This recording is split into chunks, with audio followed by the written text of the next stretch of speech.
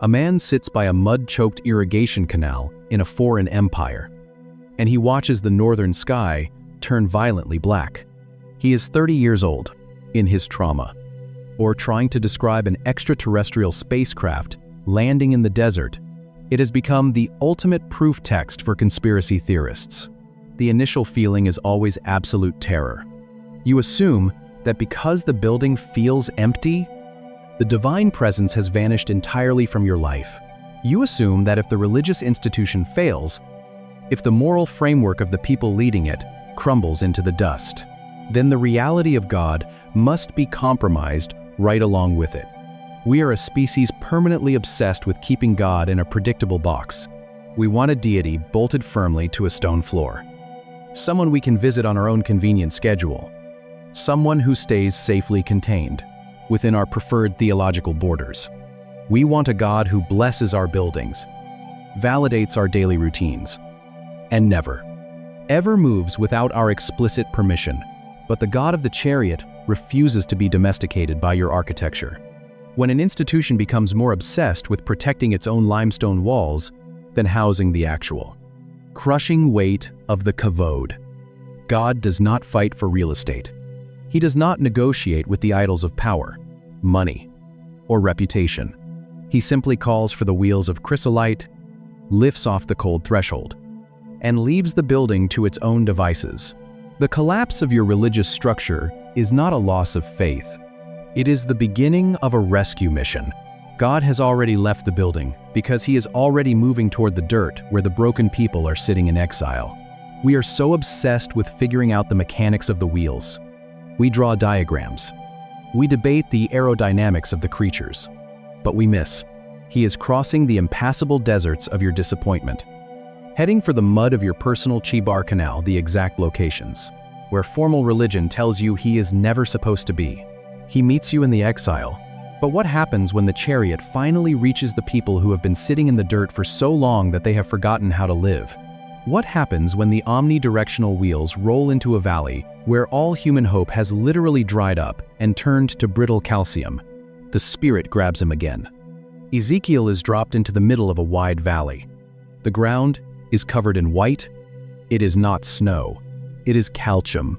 Human bones stretch as far as the eye can see. They are unburied. They are scattered. A massacre left out in the blinding Mesopotamian sun. God walks Ezekiel back and forth across the mass grave. The text notes a horrifying detail. The bones are not just dead. They are very dry. All the marrow is gone. All the moisture is baked out. They are brittle, sun-bleached remnants of a destroyed nation. Then the voice out of the chariot asks a question. Son of man, can these bones live? Ezekiel answers carefully. O Lord God, you know, he is standing waist-deep in the evidence of Babylon's brutality, and he refuses to guess. So God gives an insane command, the point entirely. The real question of Ezekiel's vision isn't, how does a wheel within a wheel work? It's this. What do you do when... He tells Ezekiel to preach a sermon to the skeletons. He tells him to speak directly to the dry calcium and command it to listen. Ezekiel opens his mouth. He speaks the words. Instantly, a noise shatters the dead silence. It starts as a vibration in the dirt, then a clatter, then a deafening, chaotic scraping. The sound of 10,000 skeletons reassembling themselves at once. Bone begins sliding against bone. Femurs lock into pelvises. Spines stack themselves together. Rib cages fuse back into shape. Ezekiel watches in terror as the anatomy reconstructs itself. Tendons shoot across the joints like tight ropes. Muscle wraps around the bone. Skin stretches over the skulls, pulling tight across the reconstructed faces. In a matter of seconds, the valley of fragmented skeletons becomes a valley of thousands of fully formed human bodies, lying perfectly still in the dirt. The rattling is not a resurrection. It is an assembly, because Ezekiel looks closely at the bodies on the ground, and he realizes something is still terribly wrong. The corpses have skin. They have muscles. They have perfect anatomical structure, but they are completely dead. They look like an army, but they are just decorated corpses. The physical reconstruction was only the first phase. The bodies are built, but they are hollow. To finish the impossible reversal of death, God issues a second command. He does not tell Ezekiel to speak to the bodies this time. He tells him to speak to the wind. God shows up in the exact place he is not supposed to be. If you look closer at the geopolitical reality of that mud-choked river, and to understand what happens next, you have to look at the exact Hebrew word Ezekiel shouts into the air. Ezekiel chapter 37, verse 9. The prophet is staring at an army of perfectly sculpted corpses, silent in the Babylonian dust, when the voice from the chariot gives the final order. Prophesy to the breath, prophesy, Son of Man, and say to it, this is what the sovereign Lord says, come, breath, from the four winds, and breathe into these slain, that they may live. The word the English translators render as breath and wind in this passage is the Hebrew ruach. It is one of the most untranslatable, multi-layered words in the ancient world. It appears nearly 400 times in the Hebrew scriptures, and, depending on the context, our English Bibles translate it as wind, breath, mind, or spirit. But in the ancient Hebrew imagination, those were not four different concepts. They were the exact same thing. Ruach is the invisible, unstoppable force that animates the physical world. It is the unseen wind that violently bends the cedar trees. It is the involuntary intake of oxygen in a newborn's lungs. It is the spark of consciousness. It is the deep, life-giving exhalation of the divine. And if you trace that word all the way back to the beginning of the scroll, the specific Hebrew words used to describe the fire, at what this terrifying machine actually means, for the people sitting in the dirt you find it hovering in the absolute dark. Genesis chapter 1, verse 2. The earth was formless and void, and the Ruach of God was hovering over the face of the deep. A few verses later in Genesis 2, God forms a man out of the dirt, breathes the Ruach of life into his nostrils, and the mud becomes a living soul. That root changes exactly what is happening in the valley of dry bones. When Ezekiel opens his mouth and shouts into the air, he is not summoning a weather event. He is calling down the original, uncreated energy of Genesis. The wind hits the valley. It rushes past the prophet, smelling like ozone and rain, and it slams into the army of corpses. The lungs fill, the chests rise, the eyes snap open. This vision is not a battlefield cleanup. It is a second creation. God is looking at a nation that has been completely deconstructed by trauma.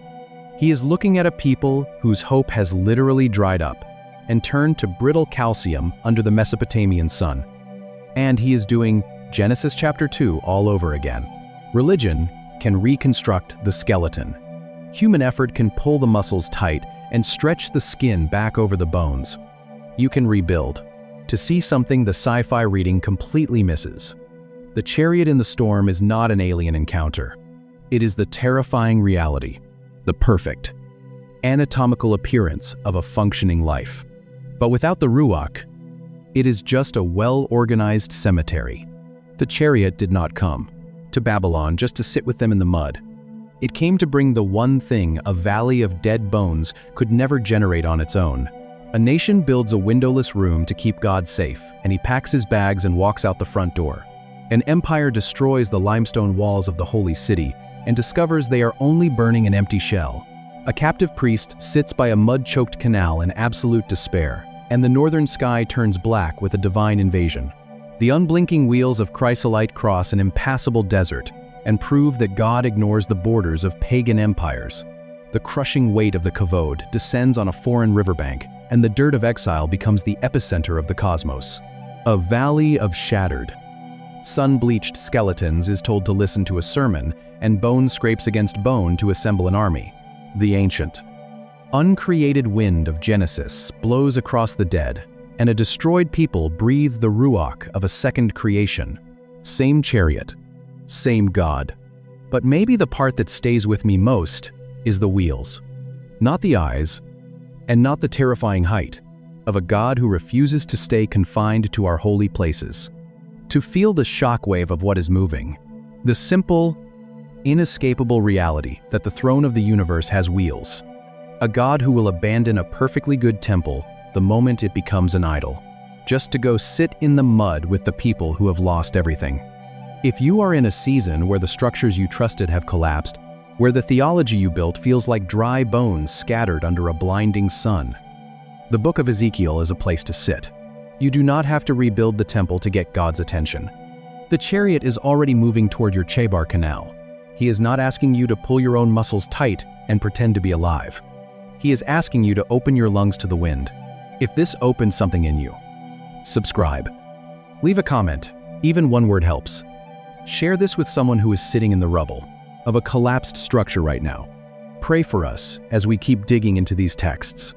And may the God who refuses to be domesticated by our architecture meet you in the dirt of your exile and breathe the original ruach of life into the places you thought were dead forever, inside that storm.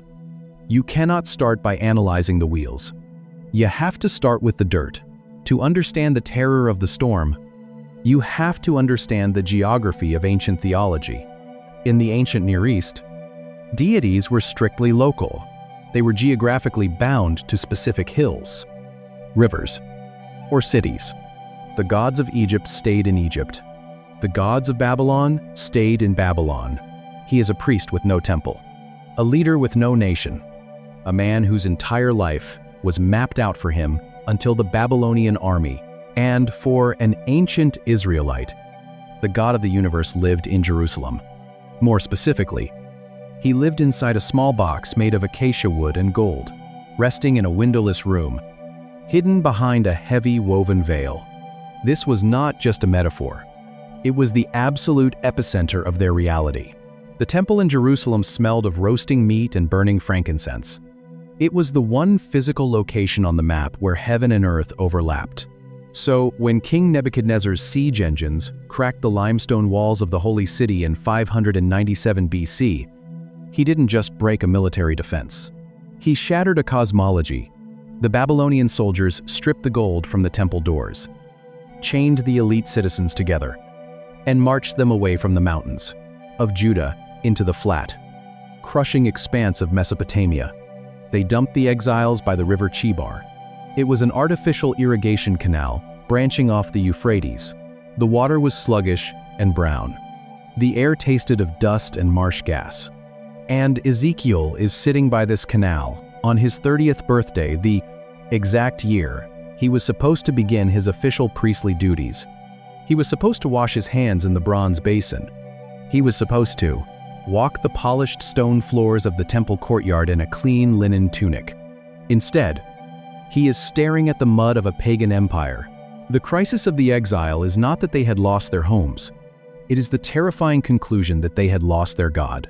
Smashed through the walls of Jerusalem, chained him alongside thousands of his countrymen, and dragged them 600 miles across the burning sand. According to every rule of ancient religion, Yahweh could not be in Babylon. Babylon was the realm of Marduk, the patron god of the empire.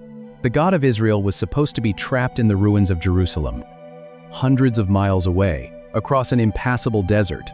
To sit by the Chebar Canal was to sit in a theological void, cut off completely from the divine presence.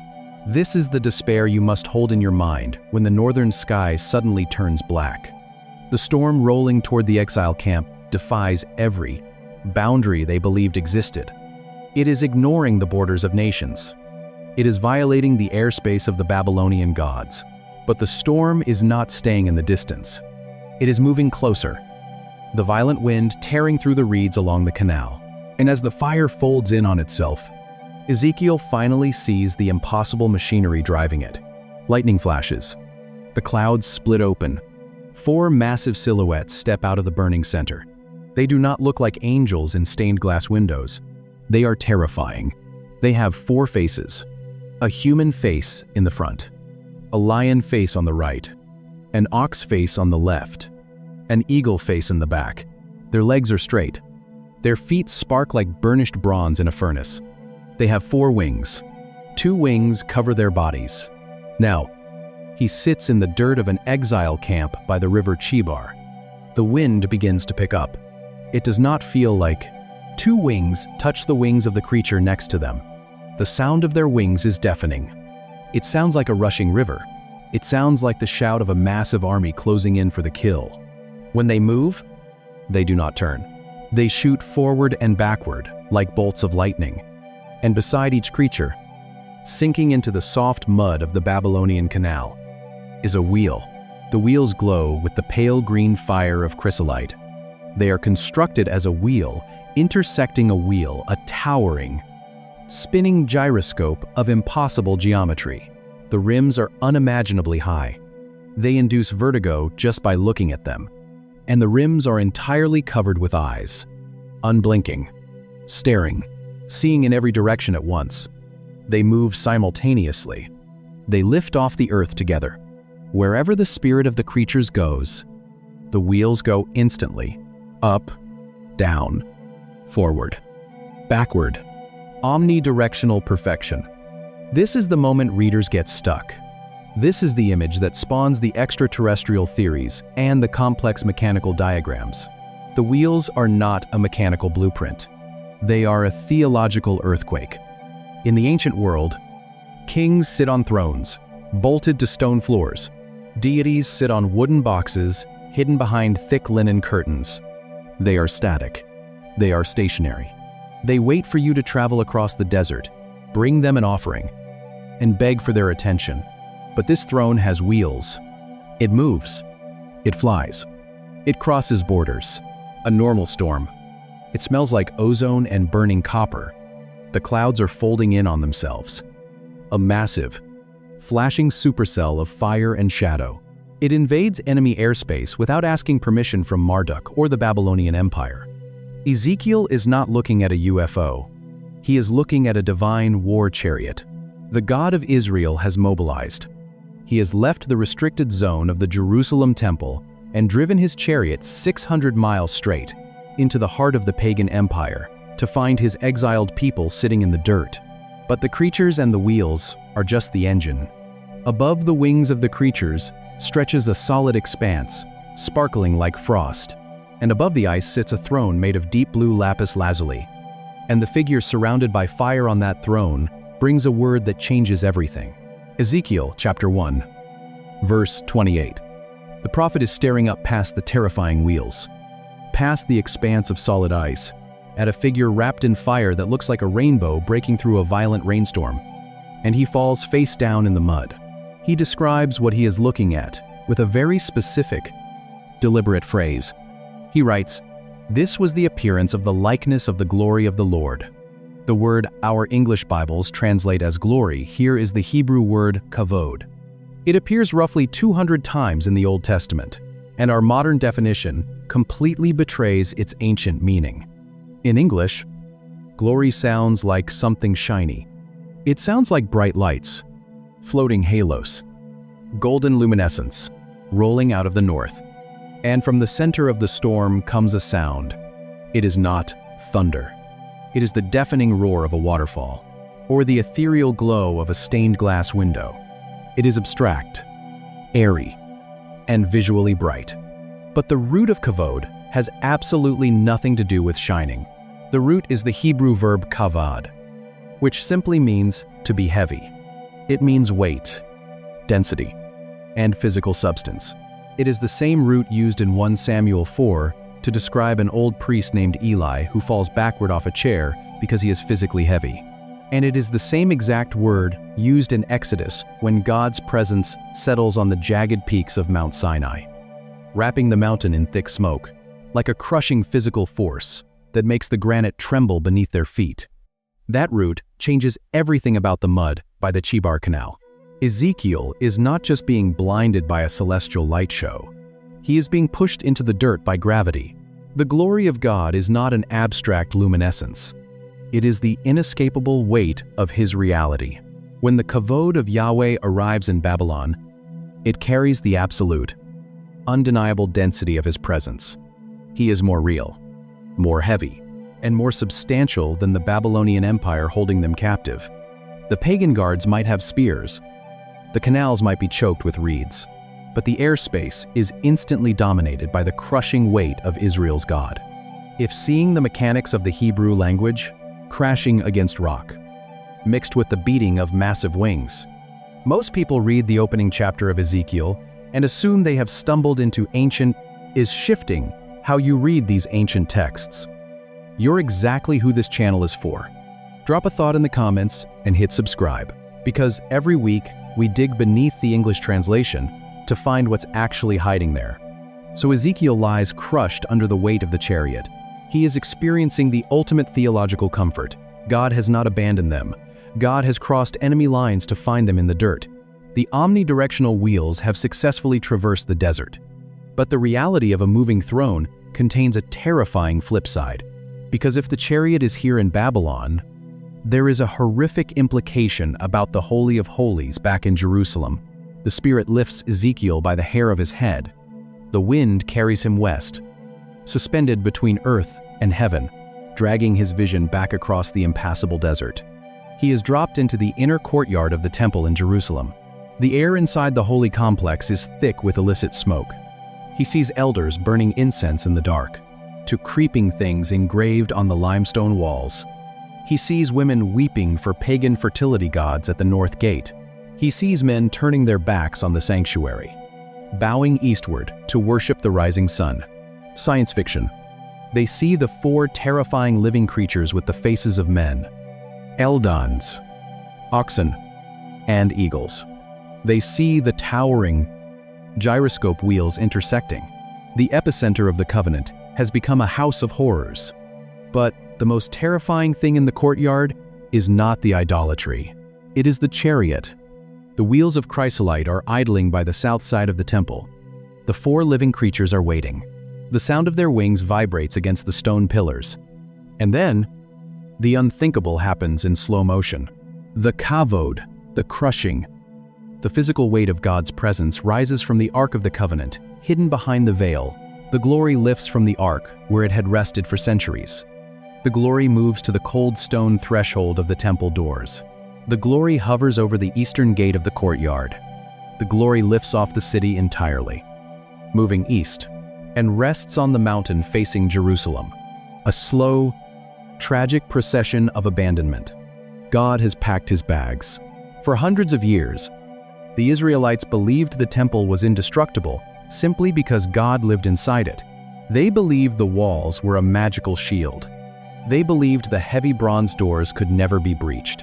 They assumed that as long as they performed the rituals and kept the building standing, God was trapped into protecting them, each other, covered entirely in eyes. They read about lightning flashing back and forth between the beings. And they conclude that Ezekiel was either hallucinating, but the chariot changes the rules of the covenant. The destruction of Jerusalem was not a Babylonian victory. It was a divine evacuation. God did not lose a war to Marduk. He refused to share his house with idols.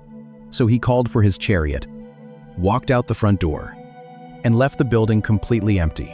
When Nebuchadnezzar's army finally arrives to burn the cedar beams and melt the gold, they are not burning the house of God. They are burning an empty shell. They are destroying a museum. The presence has already relocated to the mud of Babylon. That echo does not stop there. Because the human obsession with empty temples did not end in the ruins of Jerusalem, you have probably walked into a room where you expected to find God. And instead, you found an empty shell.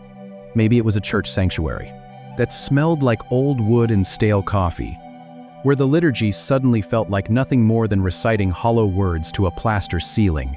Maybe it was a religious institution you trusted with your life, a structure that felt indestructible and holy, until the walls cracked. The truth came out, and you saw the metaphorical idols being worshipped right behind the heavy velvet curtains. When the structures we build around God begin to collapse,